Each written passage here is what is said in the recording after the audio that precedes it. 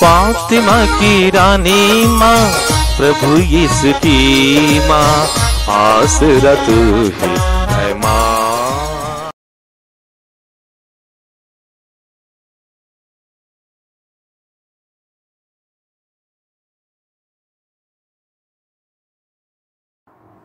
पहला पाठ नबी इसायास का ग्रंथ, अध्याय 61, पद संख्याएं 9 से 11। उनका वंश राष्ट्रों में प्रसिद्ध होगा और उनकी संतति का नाम देश विदेश में फैल जाएगा।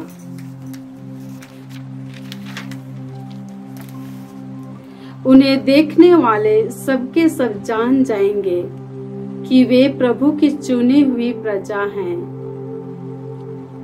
मैं प्रभु में प्रफुल्लित हो उठता हूँ। मेरा मन अपने ईश्वर में आनंद मनाता है। जिस तरह वर पगड़ी बांधकर और वधू गहने पहनकर सुशोभित होती है, उसी तरह प्रभु ने मुझे मुक्ति के वस्त्र पहनाए और मुझ पर धार्मिकता की चादर डाल दी है। जिस तरह पृथ्वी अपनी उपज उगाती है और बाग बीजों को अंकुरित करता है, उसी तरह प्रभु ईश्वर सभी राष्ट्रों में धार्मिकता तथा भक्ति उत्पन्न करता है। प्रभु की वाणी। ईश्वर को धन्यवाद। भजन अनुवाक्य। पुत्री कान लगाकर सुनो, पुत्री कान लगाकर सुनो। पुत्री इधर देखो और कान लगाकर सुनो। तुम अपने लोगों को और अपने पिता का घर भूल जाओ। राजा तुम्हारे सौंदर्य की अभिलाषा करेंगे। वह तुम्हारे स्वामी हैं, उन्हें दंडवत करो। अनुवाक्य। पुत्री कान लगाकर सुनो, पुत्री कान लगाकर सुनो। राजकुमारी का श्रृंगार अपूर्व है। उसके वस्त्र स्वर्ण और मोतियों से विभूषित है। वह अपने सहेलियों के साथ राजा के पास जा रही है। अनुवाक्य। पुत्री कान लगाकर सुनो, पुत्री कान लगाकर सुनो। वे भोजन करते हुए उसे ले जाती और राजा के महल में प्रवेश करती हैं। पूर्वजों के बदले तुम्हें पुत्र मिलेंगे। वे समस्त पृथ्वी का शासन करेंगे। अनुवाक्य। पुत्री कान लगाकर सुनो, पुत्री कान लगाकर सुनो। जय घोष। alleluia, alleluia। धन्य है वे जो ईश्वर का वचन सुनते और उसका पालन करते हैं। alleluia।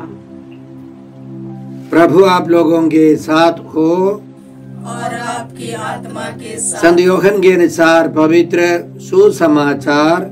हे प्रभु तेरी महिमा हो। अध्याय 16 पद संख्याएं 28 से 33 तक। शिष्यों ने यीशु से यह कहा, देखिए अब आप दृष्टांतों में नहीं बल्कि स्पष्ट शब्दों में बोल रहे हैं। अब हम समझ गए हैं कि आप सब कुछ जानते हैं। प्रश्नों की कोई जरूरत नहीं रह गई है।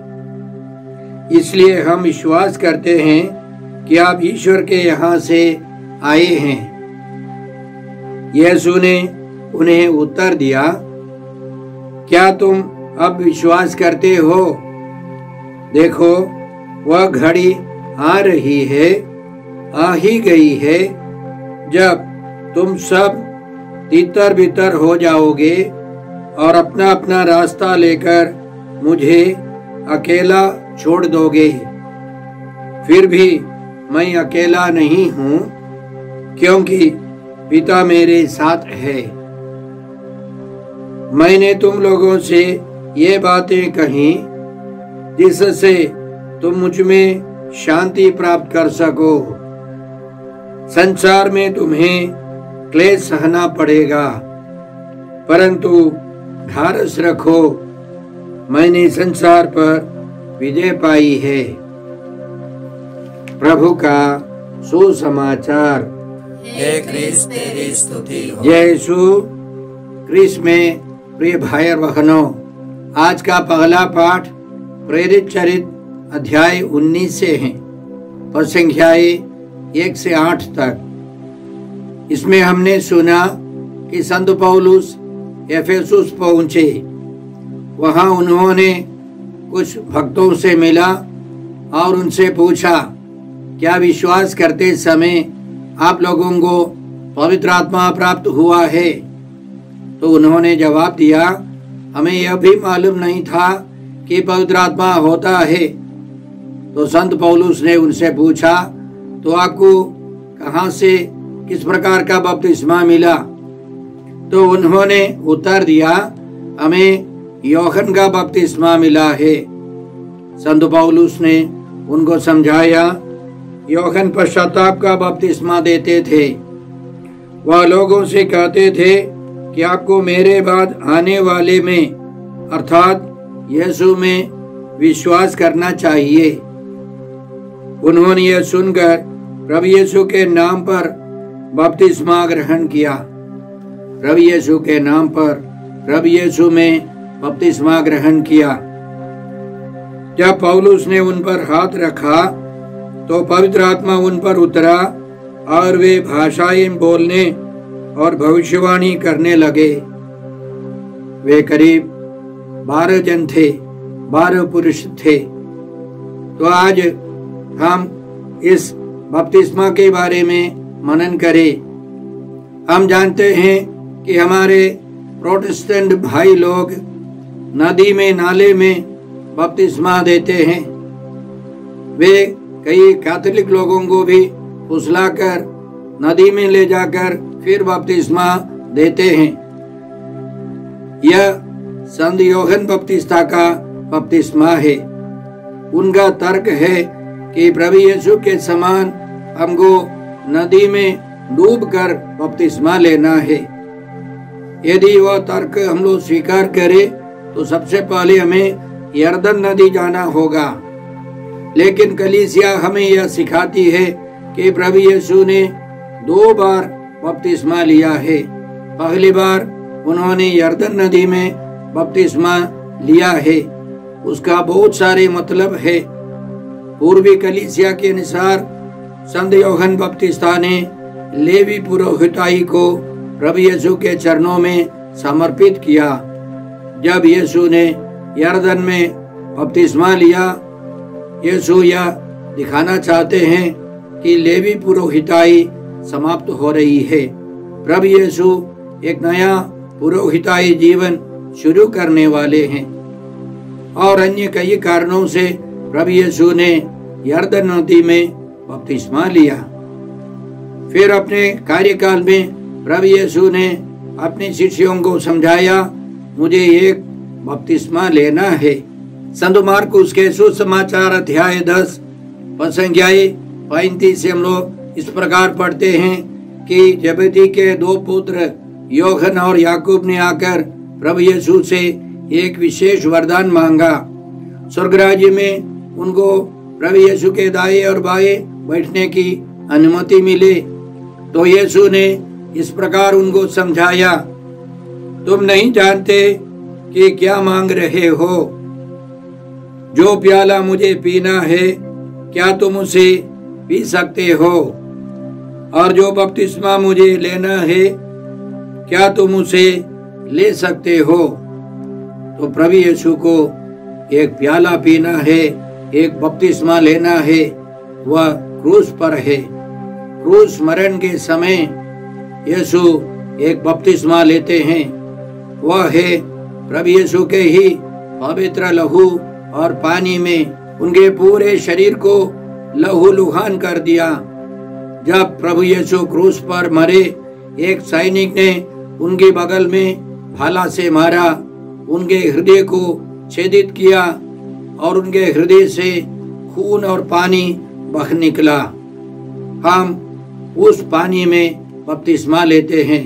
कैथोलिक चर्च में हम लोग शुद्ध जल, थोड़ा सा शुद्ध जल डालकर पिता, पुत्र और पवित्र आत्मा के नाम पर बपतिस्मा देते हैं। हम प्रभु यीशु में बपतिस्मा लेते हैं। हमारे बपतिस्मा के बारे में संत पौलुस रोमियों के नाम पत्र अध्याय 6 संज्ञाएं 3 से इसी प्रकार समझाते हैं। क्या आप लोग यह नहीं जानते कि यीशु मसीह का जो बपतिस्मा हम सबों को मिला है वह उनकी मृत्यु का बपतिस्मा है। हम उनकी मृत्यु का बपतिस्मा ग्रहण कर उनके साथ इसलिए दफनाए गए हैं कि जिस तरह मसीह पिता के सामर्थ्य से मृतकों में से जी उठे हैं, उसी तरह हम भी एक नया जीवन जिए। यदि हम इस प्रकार उनके साथ मरकर उनके साथ एक हो गए हैं, तो हमें भी उन्हीं की तरह जी उठना चाहिए। तो प्रभु यीशु की मृत्यु में और पुनरुत्थान में हम लोग प्रवेश करते हैं और हम लोग पुनर्जीवित जीवन बिताने के लिए बपतिस्मा लेते हैं। केरल और तमिलनाडु की सीमा के पास एक छोटा सा गिरजाघर है।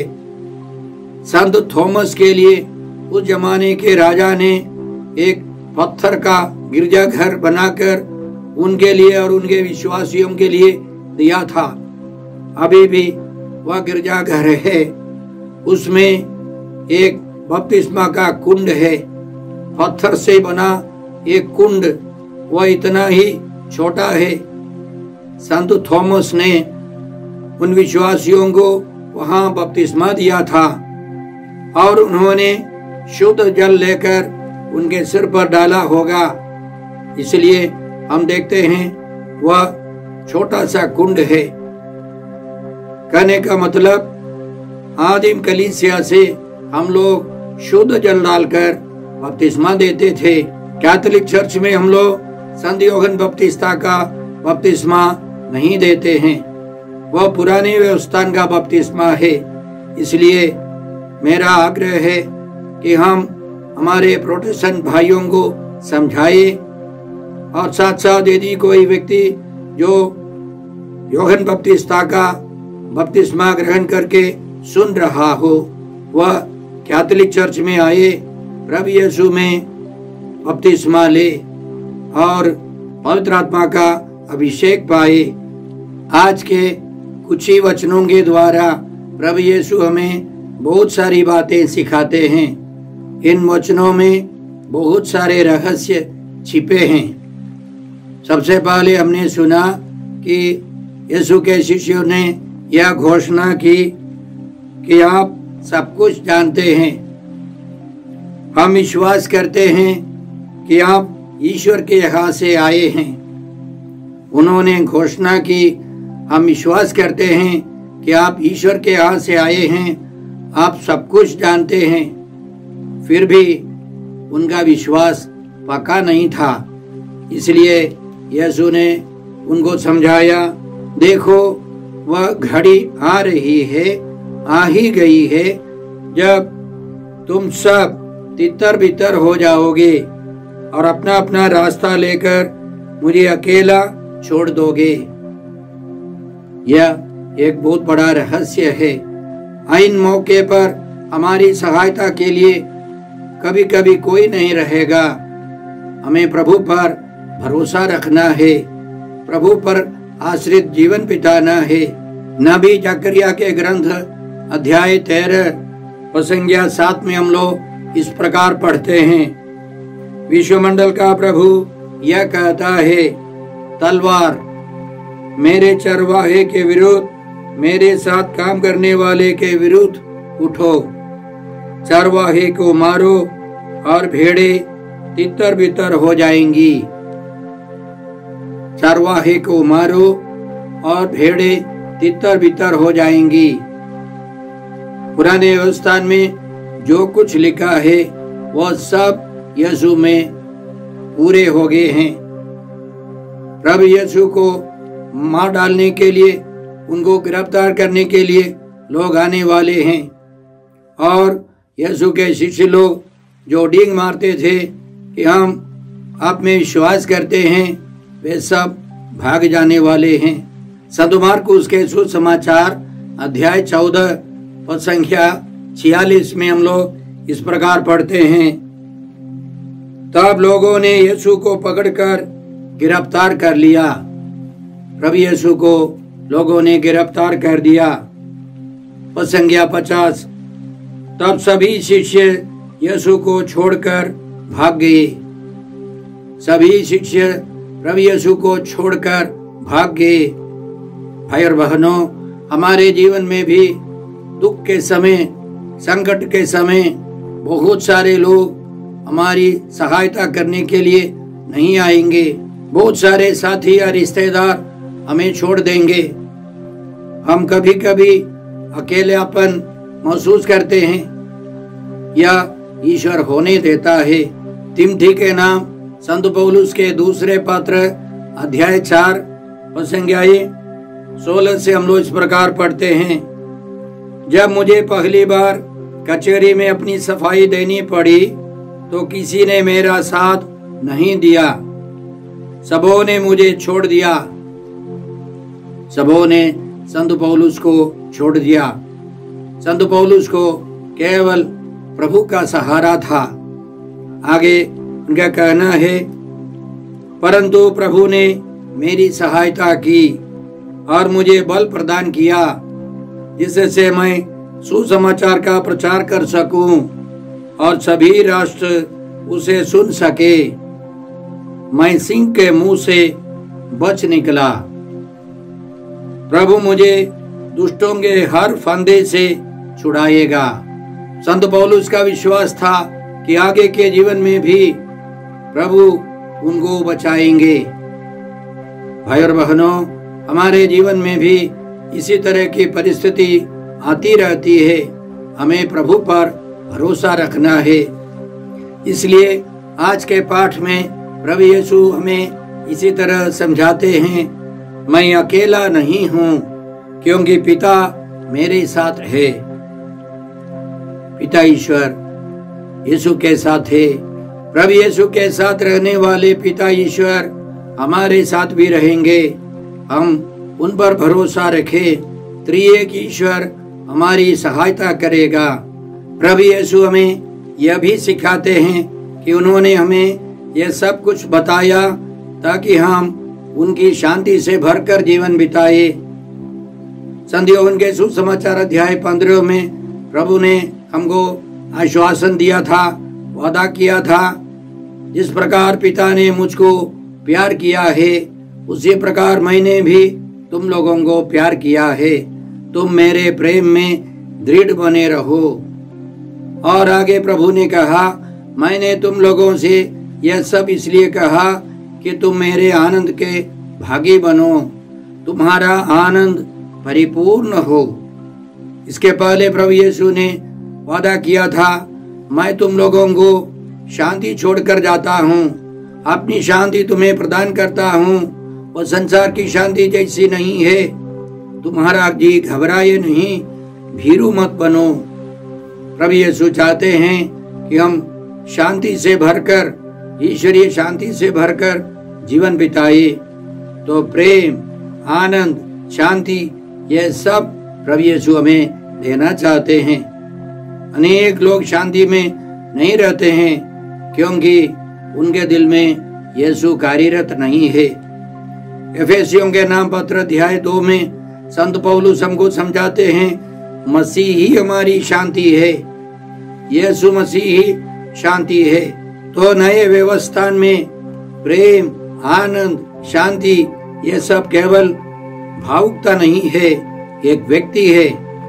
यीशु ही हमारी शांति है।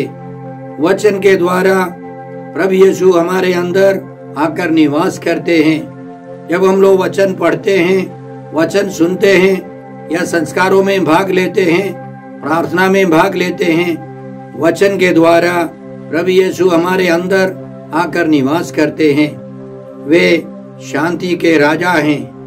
हम प्रार्थना करते हैं, हम शांति से भरकर जीवन बिताए। और अंतिम में प्रभु यीशु हमें सचेत करते हैं, संसार में तुम्हें क्लेश सहना पड़ेगा, दुख सहना पड़ेगा।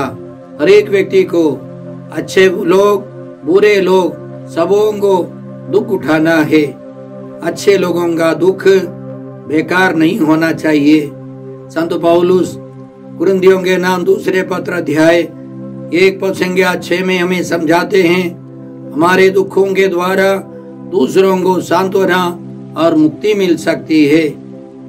हमें प्रभु यीशु पर भरोसा रखकर, विश्वास रखकर सारे दुखों को प्रभु यीशु के साथ उठाना है। संत पौलुस यह भी हमें समझाते हैं रोमियों के नाम पत्र अध्याय 8:17 में, यदि हम यीशु के साथ दुख भोगते हैं तो हम उनके साथ महिमान्वित होंगे। हमें यीशु के साथ दुख उठाना है, क्योंकि यीशु ने मृत्यु पर, संसार पर, शैतान पर, बीमारियों पर विजय पाई है। वे विजयी राजा हैं।